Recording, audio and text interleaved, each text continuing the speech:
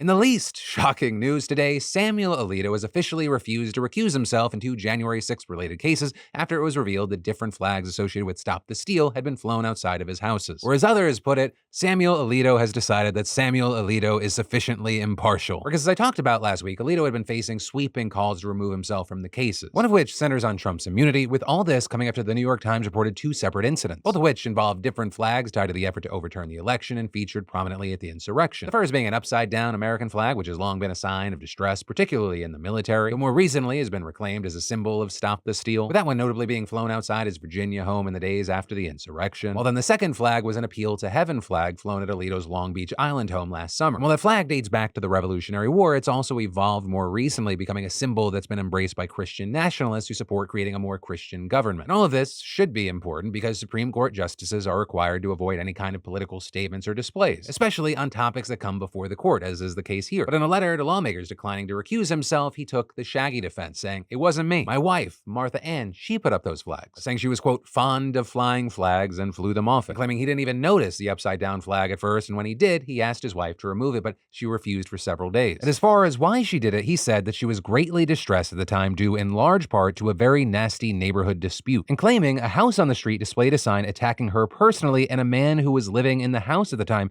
trailed her all the way down the street and berated her in my presence using foul language, including what I regard as the vilest epithet that can be addressed to a woman. But, very notably here, neighbors and police reports directly contradicted Alito's timeline of events. Right? Alito himself had previously said that the dispute between his wife and neighbors arose after they displayed anti-Trump signs on their lawn, with him telling Fox News that the situation escalated after an argument where one of the residents began calling her derogatory language, including the C word. Right? Saying that specific incident left her so distraught she decided to hang the inverted flag as a statement. But a call to police indicated that the incident involving bad language that actually took place on February 15th, weeks after the upside-down flag was flown and taken down. Also, significantly here, that call wasn't made by Martha Ann, but by the neighbors who said that she had been harassing them. And then beyond that, another thing that's super notable about this is what it omits. With the Times reporting, Justice Alito's letter did not dispute that the upside-down flag conveyed support for the Stop the Steal movement. Right? And that really stands out because he does explicitly claim that neither he nor his wife knew the Appeal to Heaven flag, that had a connection to the Stop the Steal movement. Writing that his wife may have mentioned the flag's history in the American Revolution, but